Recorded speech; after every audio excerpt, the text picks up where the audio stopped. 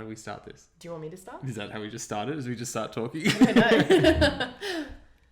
Well, hello listeners. My name's Jasmine, and with me is Doug. Hi, everyone. I'm Doug. And we're Rocket Tabletop doing our Rocket Table Talk. Which is a podcast which we plan to put out preferably once a week for the foreseeable future. However, we'll see how that ends up going later on. I like that. What we're going to discuss in our podcast is all things D&D.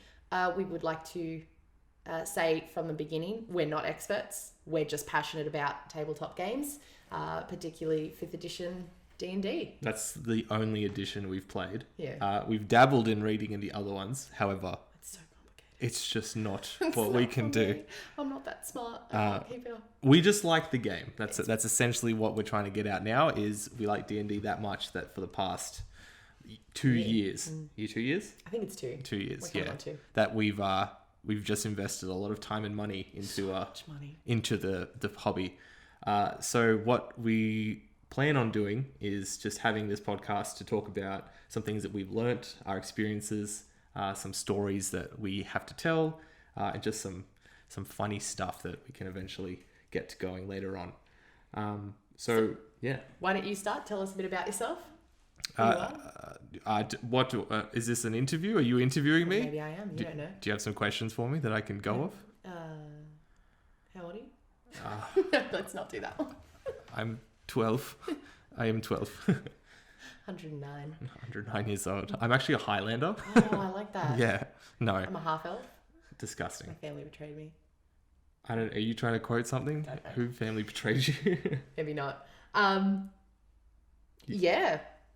So, what got you into D&D? Like, why did you get into D&D? Well, I was always really into World of Warcraft. I love everything MMO, and the natural progression is either D&D or LARPing.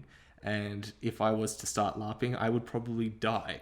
Not to say that I'm bad at it or embarrassed. I'd get too into it and probably kill someone. So D&D is a way to release my tensions and my stress that come up from day-to-day living. And then, I enjoy character customization. I think that it's just a basic concept that is so easy to master, and then as well as you get more skills just by playing it generally. And I think that's fantastic, and that's why it's a really good thing for me anyway. Yeah, D&D is great. It's an escape. What about you? Why do you think that D&D was... So I had a friend telling me about how fun it is and how much they love the world and everything that was happening. And they were telling me about the Dragon Heist Waterdeep and how it's really similar to Ocean's 11. And I was like, well, that sounds really cool. And it took a long time to get the courage to actually go. So I went to an open night by myself where I think it was an Adventures Guild. I think that's what we call them when they do them at... This is your story. I'm listening. Sure. I don't know what you're talking about. So yeah, I went to an Adventures Guild, approached some of the shop owners, and they found me a group that suited me.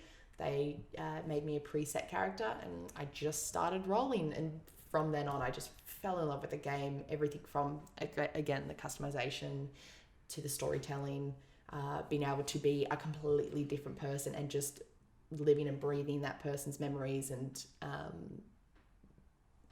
their adventures, and it was fantastic. So you really enjoy being someone else. Are you saying you're a good liar? Maybe I am. Okay, well that checks out.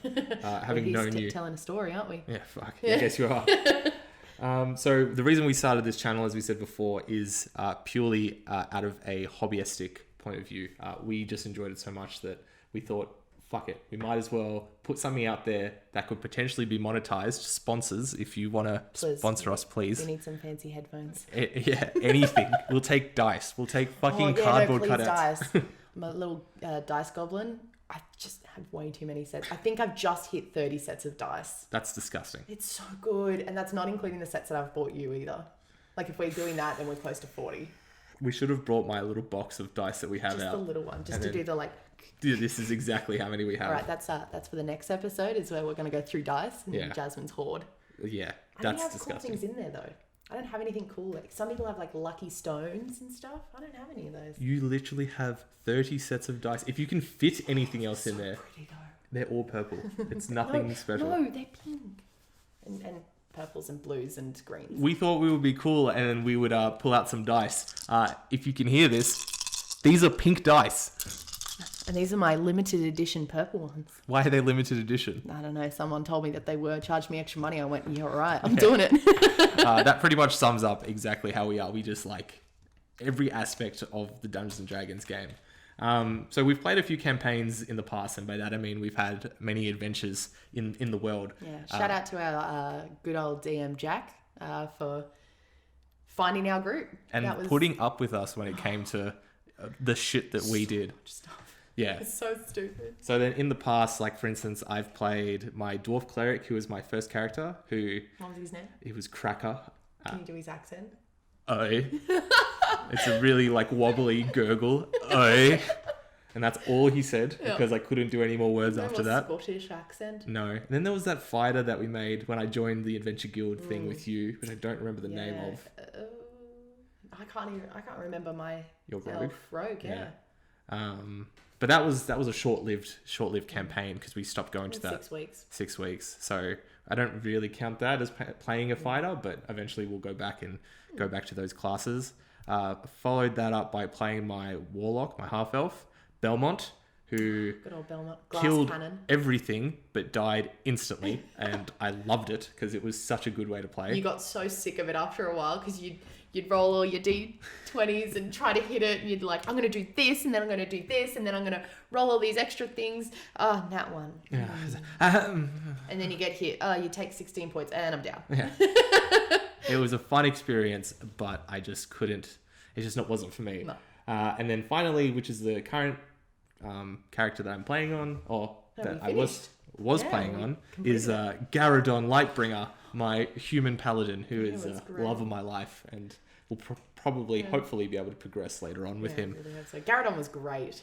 Him and his and Ghost Doug was the two things that I thought were the funniest, and we really played that out. Yeah, that was a really fun campaign. That was what, like 3 or 4 months? Yeah, that campaign. Yeah, that was from level 1. We thought we were going to get to level 20 straight away, and then I think we finished it at level 6, didn't we? Please, for everyone watching and listening, ban the wish spell and everything related to that for future reference, because that's fucked. Oh, it was so stupid. I mean, luckily we didn't ask for something ridiculous. Yeah, we just asked for level 20, and then we got the opposite of that, which was go back to level 1. We'll get back into that a little bit later. That's right. But yeah, so some of my favourite characters. First one was Akita, and she was a tiefling druid. You'll notice a pattern. Majority of my characters have all been druids. Mm-hmm. And I love it. It's my favourite class to play. I hate it, yep. Oh, well, no one asked you. Oh, okay. Yeah, so she was Circle of the Moon in my first one. And she was quite shy. I played into the tiefling background where, because they have demonic ancestry, a lot of the people and other races distrust them. So I leaned into that and didn't share a lot and played it kind of sneaky. And then when we came up against an angel, I decided to say fuck it and try to fight it. Didn't work out in my favor. And that was the end of our first campaign. Yeah, well, it was very sad. Again, elf rogue, but I cannot remember what her name was. I'm pretty sure we still got the character sheets. Character sheets are somewhere. I think find them you've later. got them somewhere, yeah. Yeah. And one of my favourite... Was that... Did I do... Mittens? Oh, Mittens.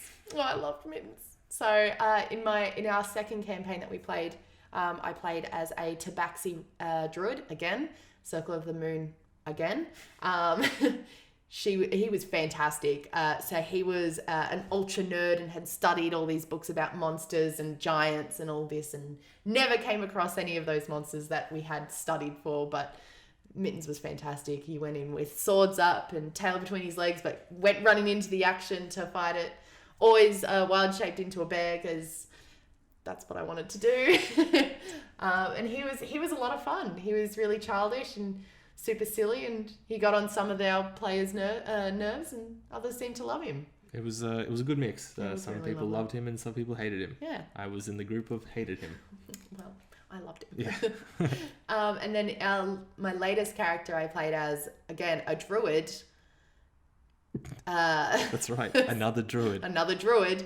And his name was... Oh my god, what was his name? Svetos was his name, but everyone called him Sven. Oh yeah, based off the beloved Frozen character, Sven. Yeah. He was best. What race was he? He was a centaur, but Oh, this is the kicker. He was a Shetland pony centaur. So he was half the size, and he had a bit of a size issue. So he was a really macho man where he walked out with his lats like this wherever he walked in, but it was invisible lat syndrome. Because he actually wasn't as big as he thought he was. I remember that.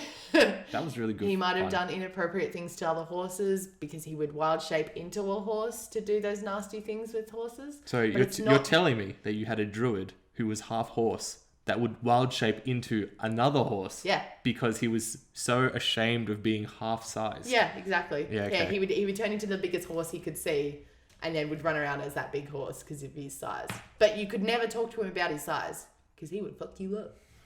Disgusting. And then, of course, you've got your latest character that you're playing in the campaign that I'm running. Yeah, Lagatha is a fallen Azamir. And this time she's a ranger because someone didn't want me playing as a druid again. So they said I couldn't play a race that I've played for the last 3 campaigns. So she is a hunter ranger. And I'm having a lot of fun with her. That's your first ranger as well, isn't it? It's my first ranger. And she's a lot of fun. Yeah. It's a lot of fun shooting things with all these cool weapons that we have at the moment. We're about to level up, hopefully. We're going to level up, right? I think you did. You just hit level 5. Oh, then I need to level it up. I think that's an extra attack, yeah. Which will be pretty fun. Yeah. I love it. Yeah. It's fantastic. That's pretty much it of your character progression. Do you have any idea what you would play next in case Lagatha dies? Well, for a bit I dabbled into a bard and that was kind of fun, but I'm not really good at insults. I just can't think of them on the spot. So I don't know if I can do vicious mockery all the time because all my insults would be like, you're fat and your mum's a hoe. Your mum's your dad. Your mum's your dad. It will be funny, but if I keep attacking the same person and saying your mum's your dad, it's not going to go anywhere. Like, your mum's your dad, roll 1d4, 1 point of damage, ha, and then run away. Like, it's not going to work. Well, what about if you multiclassed from a bard to some other sort of, like... Are you saying a barbarian, maybe? Like Dave? Dave the barbarian? Barbarian. That'd be pretty good. I think, yeah, if you have issues with insults, maybe don't put vicious mockery on your character. Yeah, but that's the fun spell. I honestly haven't looked into what bards can do, so I can't even comment on what would be something that's appropriate for you to build in case you want to do that. Yeah, I mean, bards are fun because I have so many things to play with, and the colleges are fantastic because I think in the player's handbook alone they have 3. Well, with the new class that just got announced. Yeah, which one was that? It was and they announced a new class for, not a new class, a new sub-race for barbarians and monks. There's a new monk one, which is pretty cool. The new monk, the new wizard, the new paladin, and the... Barbarian. Barbarian. And cleric and druid. Oh, so they've done one for nearly all of them. Maybe. Probably. That sounds like something they would do. Yeah, Bard and Paladin were done first, and then Cleric, Druid, Wizard were the ones they just announced. And some of that seems fun. Maybe I didn't... Like, I can't even find the documentation for what was included in the Bard playtest, but I think later on we might dabble a bit further into it and then see if we can find something of interest. Maybe think of some funny role-playing aspects that we can do with it. Yeah. So, what else are we going to be doing on our sweet Rocket Table Talk podcast in these later episodes? Oh, so what we plan to do is talk about some experiences we've had with the different classes. So we'll break down every individual class that we've gone through. And for all you newbies out there like us. Exactly. We'll be learning some stuff too. Oh, yeah. We're going to be reading hella into it. And then we'll be going into talking about some multi-classing. And then thinking of some funny combinations with like races and classes. And then let's say you want to be like the one that I was thinking of doing is a warlock paladin with a hexblade warlock and like a conquest paladin. Something along those lines where you're just super tanky, but you can dish out a lot of damage. You'd almost break the game with it. Well, you'd have your weaknesses, like you wouldn't be able to do a lot of Don't magic. offer it if you can't do it. Yeah. There is the Bard College, is College of Eloquence, which that sounds fancy. it sounds so fancy. Which we'll talk about later on, I guess, when we actually Get to bards. get to reading about it. I know. Like, and I'm so excited to be going through this with you guys. You can get your players handbooks out and read with us, and we'll talk a bit about it. And if you guys have any questions for any listeners that we will have out there, you can always comment below what you want to see or what you want to listen to. Yeah. And then now, from a word from our sponsors. This could be you. If you want to sponsor our podcast, please send us an email at rockettabletop@gmail.com. We'll take anything for free. Dice. Only dice. If you want to send us dice. Me. Thank you to our sponsor. And back to the podcast. I love it. Back to our podcast of what we're going to be doing. And then, eventually, we actually, because we talk about this a lot, you and I, we have a lot of theories about some funny NPCs that you could include, or just some funny player characters, which we have written down. We're going to be doing that. Yeah. One of them, which we're just going to say, I'll say the name of right now, is called Lana Shell Ray. And that is the only teaser part that I'm going to tell you. And Tell us what you think Lana Shell Ray is going to be about. I'd love to see your in the comments. ideas. Yeah. Comments if we have anywhere. If you have any comments, for us, please follow us on all social medias. Social media places to comment and reach us, as we have a Facebook at Rocket Tabletop. Yes. We have an Instagram at Rocket Tabletop. With the hashtag RTTDND. Yeah, RTTD&D. So show us photos of your dice, of your minis collections. Memes, if you have any memes. Please, memes. I'd love to repost memes. Especially things that relate to Dungeons and Dragons and dogs. That would be hilarious. Preferably corgis. Preferably corgis, but doesn't specifically. That could be a sponsor. We can get corgis. If there's any corgi sponsors out there, send us corgis. We'll dress them up for you. We will not be accepting any corgis. He won't, but I will. And we also have our YouTube channel, which this will be uploaded to with the video alongside it, as well as Twitter, which is at Rocket Tabletop as well. Yeah. They're all our social medias. Again, hashtag RTTDND. Hit us up. I know there's probably not going to be as many listeners in the beginning, but we'd love to have you guys along and chat with us and tell us all about your cool character ideas and combinations. So yeah, this is a much shorter podcast than just It's the as first. an introduction to what we're doing. Later on, we'll have some longer ones. Thank you for listening if you did. And I guess we'll see you next week on episode the next one of whatever this one is. Rocket Table Talk. Catch ya.